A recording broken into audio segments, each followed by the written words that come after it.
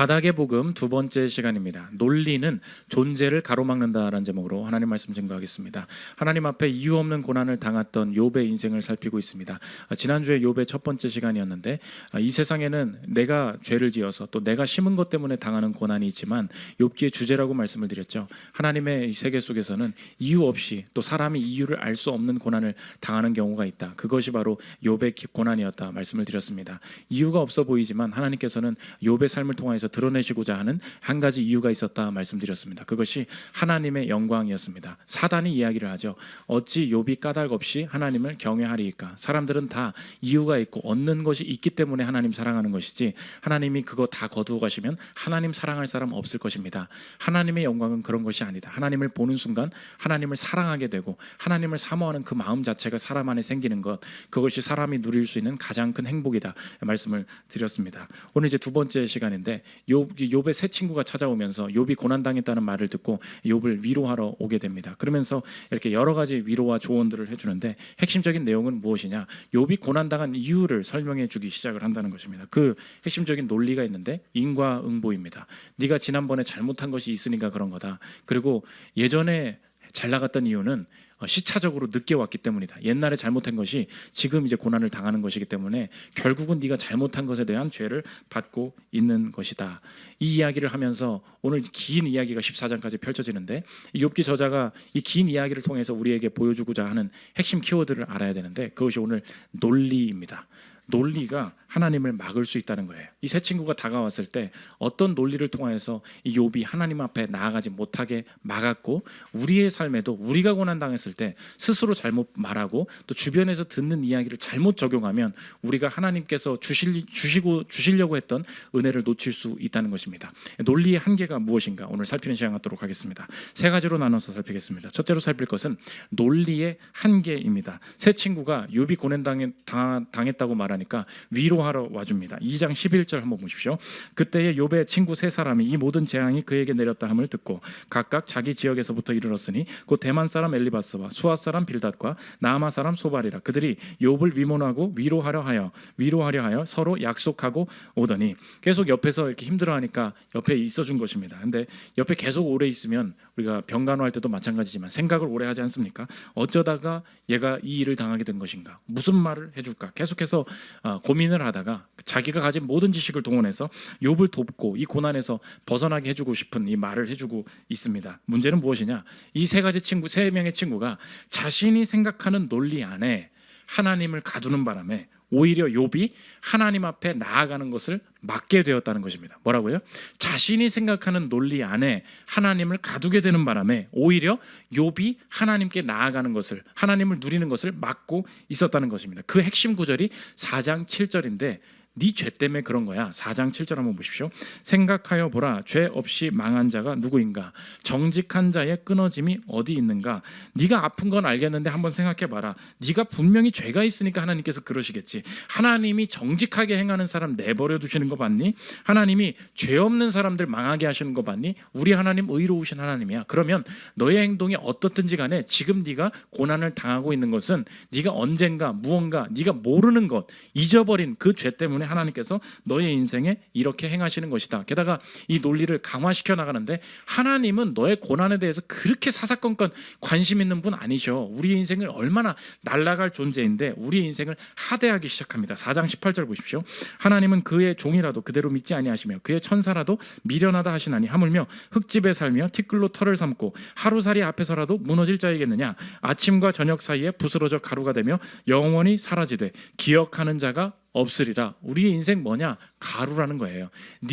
너의 인생 그렇게 살다가 가도 하나님 크게 신경 쓰지 않으신다. 이렇게 자신의 논리를 펼쳐가기 시작합니다. 욥이 겪고 있는 상황들 그리고 이 모든 긴 논변을 통하여서 이 저자가 우리에게 말하고자 하는 내용이 무엇인가? 오늘 핵심 키워드가 논리라고 했는데 논리 때문에 우리 하나님을 가로막을 수 있다는 것입니다. 정리하면 제목과 같습니다. 논리는 존재를 가로막게 된다는 것입니다. 우리가 생각하는 논리보다 그 존재는 더 큰 분인데 우리의 논리를 따라서 그 안에서만 하나님을 생각하다가 하나님이 주시는 더 큰 은혜, 더 큰 긍휼, 더 큰 일하심은 놓치는 경우가 많이 있다는 것입니다. 우리가 보통 여기 이제 대학 졸업하신 분들, 그 대학을 뭐 20년 전에 30년 전에 졸업하신 분들도 많이 계신데, 처음에 우리가 대학교를 들어가게 되면은 뭐 열심히 해보고 학점도 잘 따려고 하지 않습니까? 근데 대학교를 들어갈 때 교수님으로부터 가장 큰 다 많은 것을 유익을 얻어야 된다, 교수님으로부터 많은 것을 얻어야 된다 할 때, 대학 수업에서 우리가 많은 것을 누리려면 어떻게 해야 됩니까? 제가 객관식으로 한번 제시를 해볼게요. 1번, 강의를 잘 들어야 된다. 그럴 수 있죠. 2번, 아니다, 강의가 문제가 아니다, 과제를 열심히 해야 된다. 그럴 수 있죠. 3번, 그렇지 않다, 사실 강의 듣는 것보다 참고 도서, 관련된 독서를 많이 하는 것이 중요하다. 맞죠? 3번 다 맞죠. 그럼 1, 2, 3번 중에 뭐가 제일 유익을 누릴 수 있을까요? 1, 2, 3번 다 아니라는 거예요. 이게 다 논리라는 것입니다. 4번이죠. 4번은 뭐예요? 강의 시간 전후를 공략해야 된다, 이거죠. 아무리 강의 잘 들어도 아무 소용없어요. 그게 무슨 책 보면 다 나오는 거잖아요. 그럼 어떻게 합니까? 이 교수님이 가지고 있는 그 존재로부터 오는 모든 것을 빼먹고 싶다. 그럼 어떻게 해야 돼요? 강의 시간 끝나고 논리가 끝난 시간이잖아요. 그때 가는 거예요. 교수님 안녕하세요, 저 07학번 서창입니다. 제가 07입니다. 너무 나이가 먹었죠. 07학번 서창입니다. 제가 수업 너무 인상 깊게 들었는데 이거 관련해서 뭐 교수님 조언 좀 구하고 싶은데 시간 좀 내주실 수 있을까요? 네, 3시까지 연구실로 와, 이거예요. 3시까지 연구실로 가는 바람에 갑자기 A뿔이 나오고요. 교수님 강의 너무 잘 들었다고 한마디 하는 바람에 갑자기 취업 자리가 열리고요. 교수님 이거 좀 궁금한데 이거 질문 한 번만 좀 받아주실 수 있을까요? 라고 말하는 바람에 갑자기 어디서 주는 장학금이 있다고 그것 신청해 보라고 그래요. 보십시오. 요즘 시대에 사로잡힌 그 핵심이 뭔지 아십니까? 논리예요. 요거 하라. 대학 가면 뭐 해야 돼? 수업 들어야지. 대학 가면 뭐 해야 돼? 과제해야지. 다 논리예요. 논리 가운데 사라지는 게 무엇입니까? 존재예요. 그 존재, 교수님으로부터 무엇을 빼먹을 수 있는가? 여기 교수님도 계신데 죄송합니다. 뭘 좀 빼먹자는 게 아니고, 그러니까 우리가 어떤 존재로부터 어떤 이익을 얻을 수 있을 때 꼭 내가 정한 이 논리 안에 다 있을 거라고 생각해요. 그렇지 않아요. 요즘 MZ세대, 요즘 젊은 세대들의 특징이 그거라고 하지 않습니까? 뭐 이렇게 매뉴얼을 나눠준대요. 그러면 자, 볼펜을 가지고 이름을 쓰세요. 그러면은 이제 뭐 고등학교 애들이 볼펜이 있어야 돼요. 볼펜에 이름을 쓰려고 했는데 볼펜이 없어. 그럼 펜을 찾아야 될 거 아니에요. 그럼 애들이 가만히 앉아서 얘기한다는 거예요. 쌤, 펜 없는데요? 펜이 없대요. 그럼 펜이 없는 상황이죠. 그럼 어떻게 해야 될 거예요? 논리 안에는 펜이 있어야 돼. 펜이 없어. 내가 펜을 찾을 방법을 생각해야 될 거 아니에요. 어디 가면 펜이 있나? 그게 없대요. 선생님, 펜이 없는데요? 안 쓰고 앉아있다는 거예요. 이게 뭐예요? 논리체계에 갇힌 거죠. 인격은, 존재는 논리보다 위에 있는데 내가 생각한 어떤 논리 안에 사로잡혀서 그것 가지고 사니까 그것을 뛰어넘어서 부어지는 은혜를 누리지 못하는 경우가 많이 있다는 것입니다. 제가 너무 가난할 때, 고등학교 때 문제집 살 돈이 없는 거예요. 그러면 논리로 따지면 논리 하나밖에 없죠. 문제집을 살려면 어떻게 해요? 돈이 있어야 된다. 돈을 벌어서 문제집을 살아. 논리잖아요. 돈이 없네? 그래서 못 산다. 그게 논리잖아요. 하나님, 난 논리로는 되지 않습니다. 그랬어요. 근데 제가 방송반이었거든요. 근데 고등학교 때 갔는데 이상해. 늘 그래서 유익은 교무실에 있어요. 언제나 그냥 교무실 문을 그냥 심심풀이로 그냥 열어야 돼. 그냥 뭐 열고 이렇게 들어가 봐요. 들어갔더니 방송반 담당 선생님 그 책상에 책이 막 쌓여 있는 거야. 보니까 EBS 교재가 다 증정용으로 뭐가 이렇게 와 있는 거예요. 선생님 이거 뭐예요? EBS 컨텐츠 이용하는 학교들한테 이렇게 그 교재 참고하라고, 교재 과목마다 주는 거라고. 선생님 이거 안 쓰시죠? 안 쓰지. 가져가서 쓰려면 써. 그래서 고등학교 3년 내내 저희 EBS 모든 문제집은 다 증정용이었어요. 증정용이라고 써있는데 옆에 애들이 막 나한테 뭐라, 왜 너만 차별을 하냐, 누가 너한테 증정을 한 거냐. 하나님이 나한테 증정을 하신 거라고. 그때 나는 돈이 없었지. 그때 누구한테 특혜를 받았다기보다도 내 인생은 논리로 되지 않는 인생이었어요. 그럼 어떻게 해요? 논리보다 위가 있거든. 존재가 있거든. 존재로부터 흘러나오는 그 체계에 밖에 있는 그 무엇이 있어요. 근데 이 논리의 함정이 뭐라고요? 이 존재는, 그리고 이 학교는, 이 회사는 이러이러하게 진행될 거야. 이거 논리죠. 그리고 나도 그 논리를 받아들였다고. 그 논리를 받아들이는 바람에 내 인생에 막히는 것이 무엇입니까? 존재로부터 오는 은혜가 막히게 된다는 것입니다. 그래서 결국 이 친구들, 세 친구가 욥한테 말하는 게 뭐냐? 닥치고 회개하라는 거예요. 그게 논리였어요. 하나님은 너의 인생을 막으셨다. 하나님은 너의 인생에 은혜를 베풀지 않으신다. 막혔다. 이 막히는 걸 해결할 수 있는 유일한 방법은 회개하는 것밖에 없다. 논리 안에 갇히니까 결국 욥이 기대할 건 뭐밖에 없어요. 하나님이 날 버리셨나 봐. 하나님이 날 멀리 하시나 봐. 이제 어느 정도나 회개를 해야 되는 거냐. 하나님의 주시는 은혜를 막히게 된다는 것입니다. 그러므로 오늘 첫 번째 대지죠. 여러분의 인생에 적용해야 될 문장이 무엇이냐. 기억하십시오. 존재에 대한 기대감이 사라지게 만드는 건 다 거짓말이라는 거예요. 뭐라고요? 존재, 하나님에 대한 기대감이 사라지게 만드는 문장은 다 사기, 다 거짓말이라는 것입니다. 여러분의 인생에 그 말이 들어보면 다 맞아. 맞지? 가난하니까 어려울 거야. 크리스마스 때도 남자친구 없으니까 이번에 내년에도 외로울 거야. 뭐 이런 거 있잖아요. 논리적으로는 다 맞아. 다 맞는 말인데, 그래서 그 논리의 결론이 하나님으로부터 올 것, 하나님의 존재를 기대하지 못하게, 더 기대가 꺼지게 만드는 문장, 그 생각들이 있다면 그것은 결코 그 어떤 문장도 하나님으로부터 온 문장이 아니라는 것입니다. 여러분이 벌써 생각할 때 가슴이 턱 막히는 일들이 있지 않습니까? 하나님은 이렇게 큰 죄를 지었으니까, 한 해 동안 이렇게 살았으니까 나는 지금 자중하고 있기를 바라실 거야. 내년도 그래서 이렇게 막힌 거야. 나는 이 고난을 당하는 것도 싸. 들어보면 다 맞는 말이에요. 그렇잖아. 난 고난 당해도 싼 존재죠. 뭐가 없어요. 그렇기 때문에 논리는 맞아. 하나님의 은혜는 없죠. 그러므로 기대할 것이 없어. 이거 다 사기라는 거예요. 왜? 이 모든 논리를 뛰어넘어서 우리가 그리스도를 통하여서 은혜 받을 수 있는 존재이기 때문에 그렇다는 것입니다. 뭐 그 연말에도 그런 얘기 하더라고. 아니, 교회 다니면서 요즘 이렇게 물가도 비싼데 어떻게 헌금을 해? 어떻게 11조를 해? 어떻게 교회 다니면서 이렇게 내 돈을 주님 앞에 드릴 수가 있어? 그래야만 복을 주신대? 말도 안 되는 소리야. 맞죠? 논리적으로 다 맞아요. 내가 돈이 없잖아요. 돈이 없는데 어떻게 주님 앞에 내어드려요? 다 맞는 말이죠. 다 맞는 말이라서 그렇게 행동하는 순간 매이게 되는 것이 무엇입니까? 돈의 논리에 매이는 거죠. 언제나 맞는 말인데 하나님을 기대하지 못하는 것은 다 망하게 한다는 것입니다. 어떻게 11조에야만 복을 주신대? 맞아요? 틀렸죠.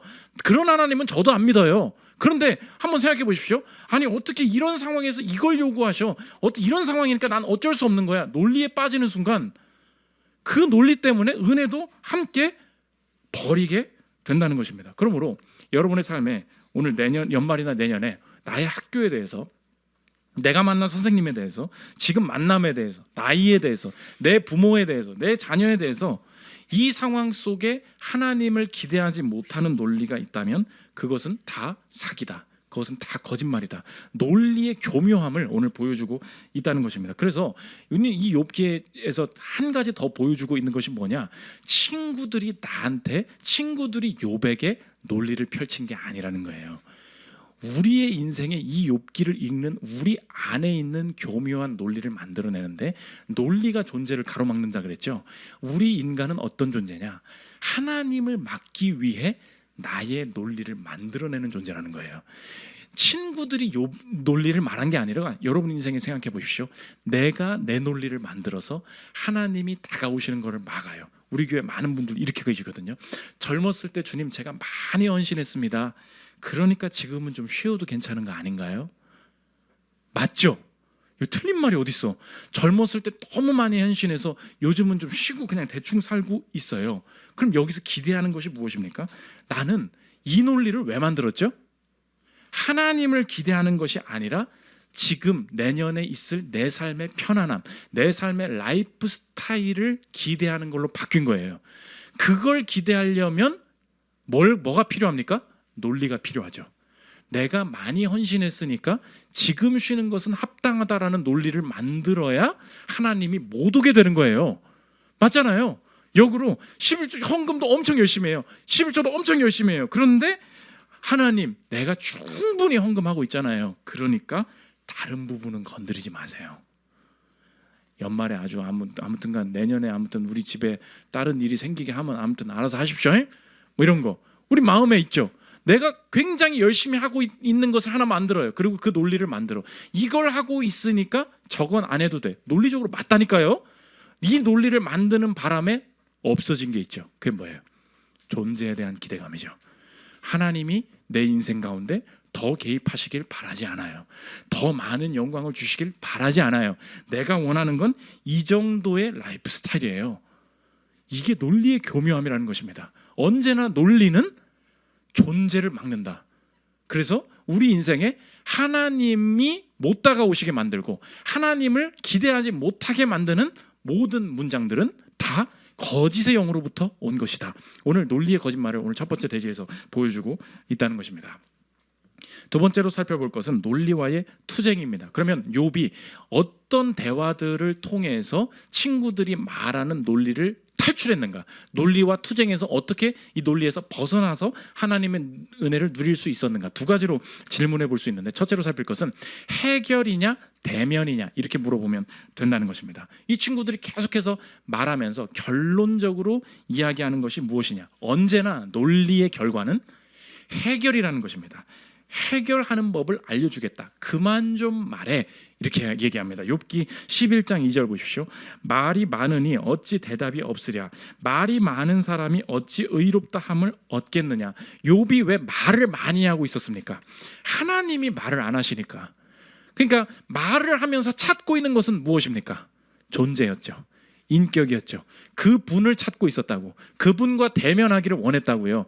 그런데 그 얘기를 계속해서 간구하고 기도하고 있어요. 근데 걔 슬며시 들어와서 이 친구들이 말하는 게 뭐냐? 이 고난을 해결하는 법을 알려줄게. 너 지금 가렵잖아. 피부병 났다며. 이 피부병 낫는 법 알려줄게. 회개하면 돼. 무슨 말입니까? 하나님과의 인격적 교류를 중단하고 해결에 집중해라. 이게 속임수라는 거예요. 논리와의 투쟁에서 어떤 거짓말을 벗겨냈느냐? 우리가 많이 고난을 당하잖아요. 그러면 하나님이고 뭐고 필요 없어. 지금 돈이 없잖아. 돈을 벌어야 될 거 아니겠니? 자녀가 방황하잖아. 자녀 수학 점수 좀 봐. 일단 대학 보내야 될 거 아니겠니? 이거 다 뭐예요?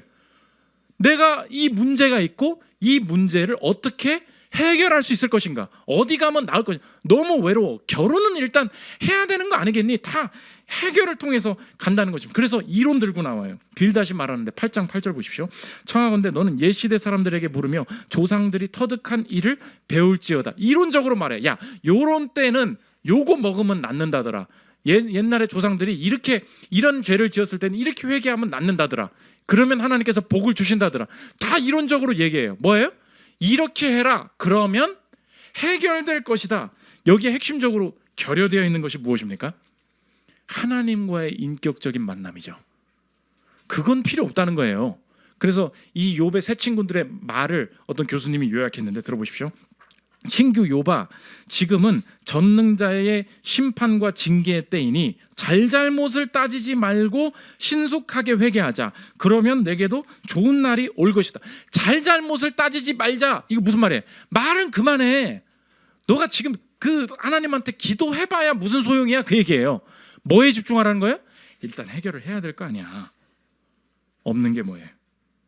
그분과의 인격적 만남이죠. 적용입니다. 여러분의 인생의 모든 고난이 언제 용납되고 언제 수용되고 언제 전진하게 되는지 아십니까? 이 적용이에요. 만나야 해결된다는 거예요. 이게 성경적 세계관이에요. 언제나 세상은 만남, 주님과의 만남과 문제의 해결을 분리시켜요. 이게 세상의 세계관이라고. 성경은 뭐라 그러냐? 이 문제가 왜 생겼니? 이 문제를 누가 붙들고 계시니? 주님이라는 거예요. 그러면 이 문제가 어떻게 결론 지어지니? 마지막 결론은 늘 뭐냐? 해결이 아니에요. 만남이라고. 제임스 에머리 화이트라는 그 목사님이 계십니다. 저 대학교 때 처음 대학에 들어가서 고등학교 친구들 5명이랑 대학교 파티를 가려고 차를 끌고 미국에서 가고 있는데 4명이 가야 되는 5명이 다 가야 되는데 자기 가정에 문제가 생기는 바람에 자기만 파티를 못 갔다는 거예요. 차를 끌고 4명이 차를 타고 갔다가 파티 끝나고 오는 길에 중앙선을 넘어가지고 이 친구들이 탄 차를 정면으로 들이받은 차 때문에 내 친구 4명이 그 자리에서 다 죽었다는 거예요. 자기는 어쩔 수 없이 못 간 바람에 자기만 살아남았다는 거예요. 자기 사랑하는 친구들을 한순간에 다 잃고 나서 집안에서 하나님 앞에 얘기했다는 거예요. 뭐라고 말 좀 해보세요. 하나님 뭐라고 말 좀 해보라고. 뭐라도 말 좀 해보라고. 조용하대. 아무 말이 없다는 거예요. 하나님 뭐라도 좀 해보라고. 이 상황이 뭐냐고 부르짖었는데 아무 말도 없으시다는 거예요. 내가 네 달간 아무 말이 없으시는데 그 기간 동안 무언가가 바뀌었다는 거예요. 그분의 이해할 수 없는 하나님 사랑하기라는 책에 나오는 얘기인데 한번 들어보십시오. 침묵. 사실 이것은 나와 하나님 간의 가장 깊은 대화였다. 하나님은 내 속에서 움직이고 계셨고 전에 없던 수준의 대화를 나누고 계셨다. 그날 밤 이후 나는 하나님과 이런 대화를 많이 나누었다. 어떤 때에는 그날 밤의 대화보다 더 가슴 아픈 것이었다. 넉 달 후 나는 그리스도인이 되었다. 원래 이 사람 믿는 사람이 아니었다는 거예요. 죽었는데 뭘 해결해요? 어떻게 해결이 돼요? 해결을 할 수도 없는 상황들이 있다고. 그런데 논리는 언제나 고난이 너무 깊어지면 나한테 뭐라고 말한다고요? 해결해봐. 해결이 목적이야. 이야기한다고. 하나님이 주신 고난의 마지막은 뭐예요? 만나야 해결된다고. 그래서 이 책의 부제가 뭐냐? 완전히 이해하기를 바랐습니다. 그러나 온전히 사랑하게 되었습니다. 이거예요. 우리가 완전히 이해할 수 없어요. 근데 고난의 끝이 어떤 결론이 나냐? 내가 원하는 대로 해결되지 않아요. 그런데 그분을 만나게 돼요. 고난 중에 오늘 자꾸 그런 부분들을 가지고 이 부분이 많이 아프잖아요. 이 피부병을 어떻게 고칠까? 이 걱정을 하고 있다고. 이 취업을 어떻게 할까? 이 외로움을 어떻게 해결할까? 또 여러분의 인생에 지금 모든 내년의 목표가 뭐예요? 해결이죠. 그 해결이 늦어지면 어떻게 해요? 넉 달 동안 지속되면 어떻게 해요? 해결이 못하는 상황이면 어떡합니까? 그럼 답 없는 거죠. 해결이 목표였기 때문에. 성경은 뭐라 그래요? 만나야 해결된다고. 우리의 모든 고난 속에 그 인격이 결여되어서는 안 된다.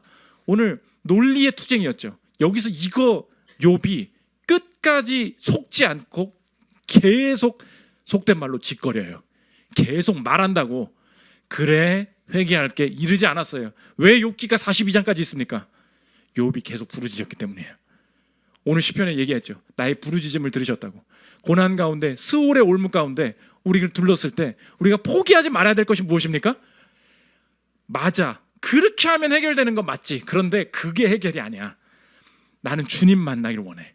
주님의 음성 듣기를 원해. 주의 얼굴 보기를 원해. 그분의 존재를 향한 사모함, 그 부르짖음, 그게 멈추어서는 절대 완전한 해결을 볼 수 없다. 오늘 그것을 보여주고 있다는 것입니다. 두 번째, 부분인가 인격인가, 이걸 보여주고 있다는 것입니다. 세상의 사람들은 내 인생에 문제가 생기면 자신의 논리 안에 들어올지 않을 때 왜 자꾸 이렇게 말을 많아? 욥 친구들이 뭐라 그러냐? 욥을 밀어내기 시작합니다. 엘리바스가 지금 욥 앞에서 하는 얘기예요. 들어보십시오. 5장 12절 보십시오. 하나님은 교활한 자의 계교를 꺾으사 그들의 손이 성공하지 못하게 하시며 지혜로운 자가 자기의 계략에 빠지게 하시며 간교한 자의 계략을 무너뜨리심으로 그들은 낮에도 어둠을 만나고 대낮에도 더듬기를 밤과 같이 하느니라. 하나님은 어떤 분이냐? 교활한 자의 계교를 꺾으시는 분이야 라고 지금 엘리바스가 누구 앞에서 말하고 있어요? 욥 앞에서 말하고 있어요. 그러면 누가 교활한 애라는 거예요?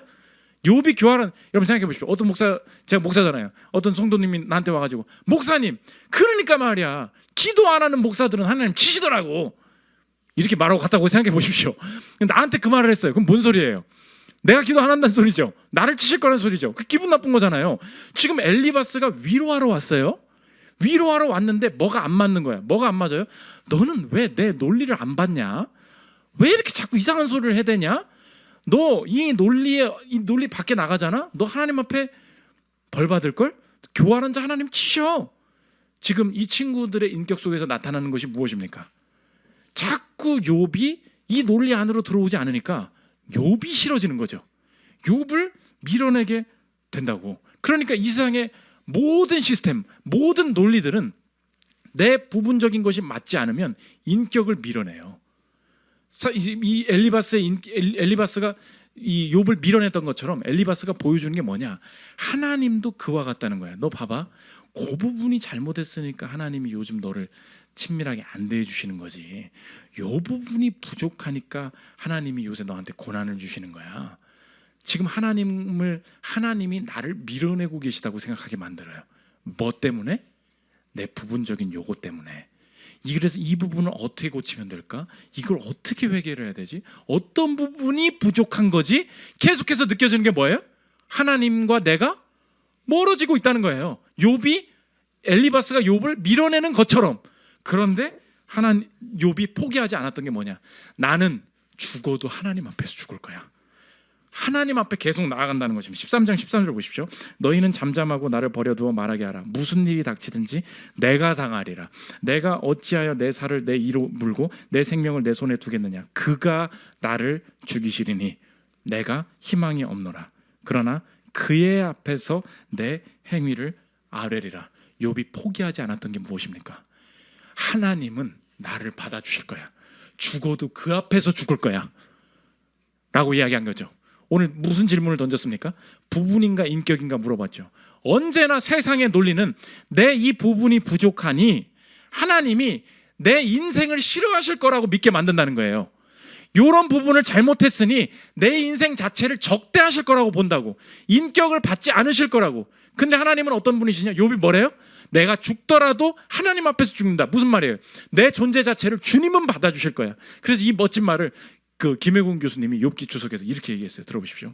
욥의 항변은 차분한 논문이 아니라 아우성이자 비명이다. 여기죠. 너무 멋지지 않아요? 하나님은 욥의 말을 이론적으로 분석하지 않고 통째로 들으신다. 이게 하나님이라는 거예요. 논리 가운데 속지 말아야 될 게 뭐냐? 하나님 어떤 부분이 부족해요?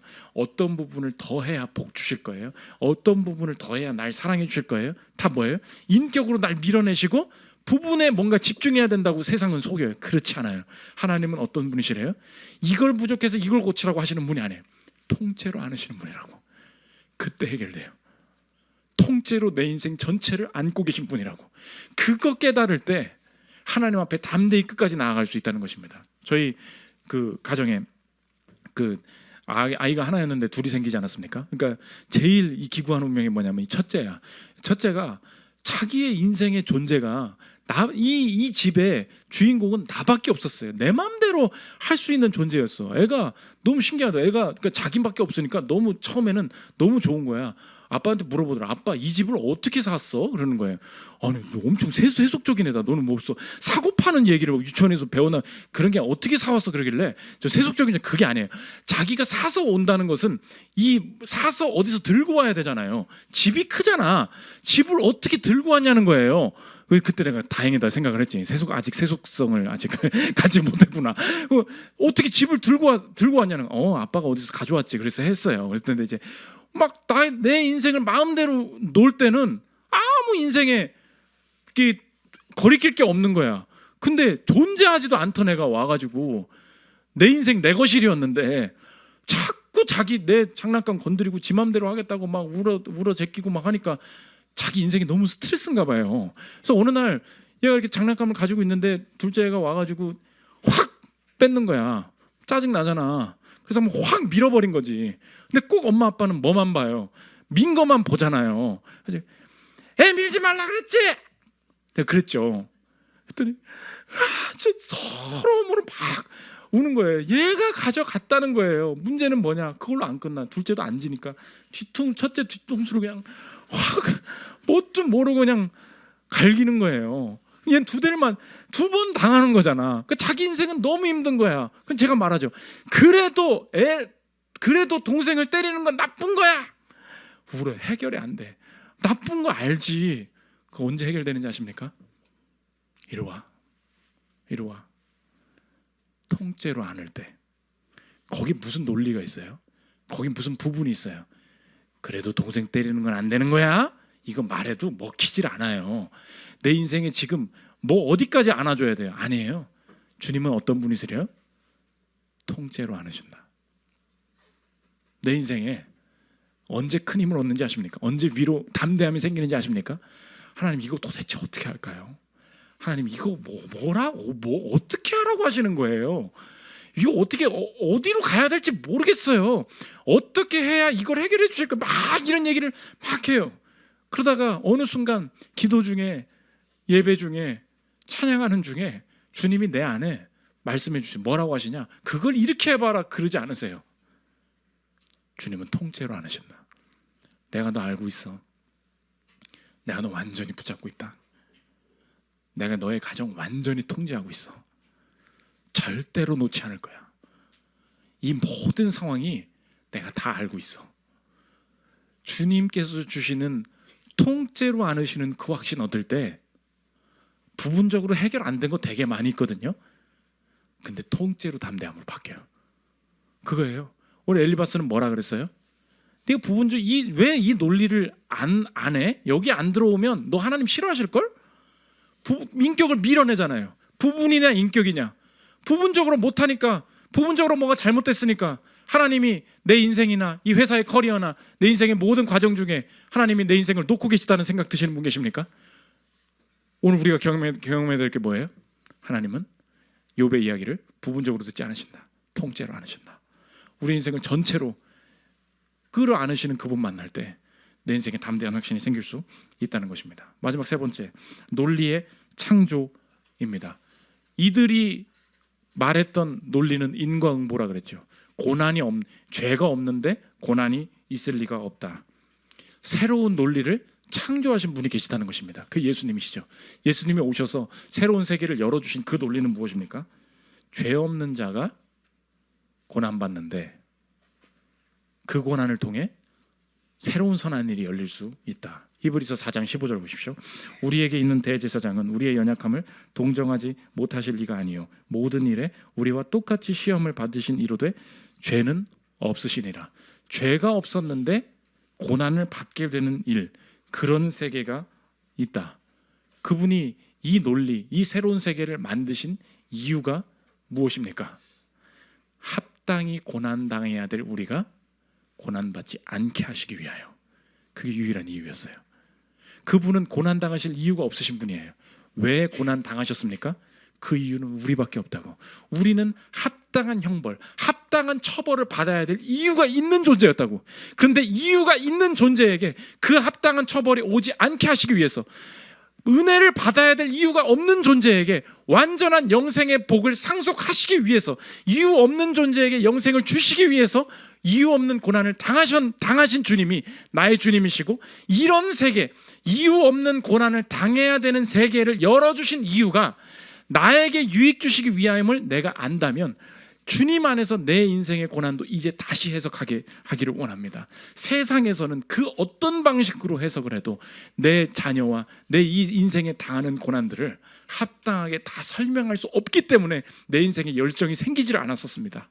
주님, 그러나 나를 위해서 이유 없이 고난당하신 그분이 이유 없는 고난을 통해서 영광을 얻는 길이 있다는 것을 보여주셨다면 내 인생도 이제 다시 해석하기를 원합니다. 날 위해 고난당하신 분이 계시니 자꾸 이 고난 속에서 해결하려고 하지 않겠습니다. 이 고난 중에 논리 만들어서 이 논리 안에 하나님 가두지 않겠습니다. 욥이 내가 죽어도 하나님 앞에서 죽어. 하나님 앞에 이 일을 앓을 거야. 논리와의 투쟁 속에서 절대 지지 않고 끝까지 그분의 존재, 그분의 영광, 그분의 음성 듣기 위해서 사모하면서 나아갔던 것처럼 세상 사람들은 이유 없는 고난 속에서 이거 이렇게 해봐라 저렇게 해봐라 그러면서 결국은 하나님 버리고 해결에 집중하게 만들려는 이 시대 가운데 내가 절대 속지 않고 끝까지 내게 주신 고난 속에 주님의 선하심, 그분의 지혜로우심, 그분의 아름다우심 신뢰하면서 끝까지 주님과 대면하여 이 문제 가운데 만남으로 답을 얻는 거룩한 길 걷기를 원한다. 이 다짐이 가능하게 된다는 것입니다. 이유 없는 고난 속에 이 영광의 길을 걷고 논리를 벗어나서 주의 영광을 경험하는 저와 여러분들 되시기를 기도합니다. 우리 찬양하고 기도하는 시간 갖도록 하겠습니다.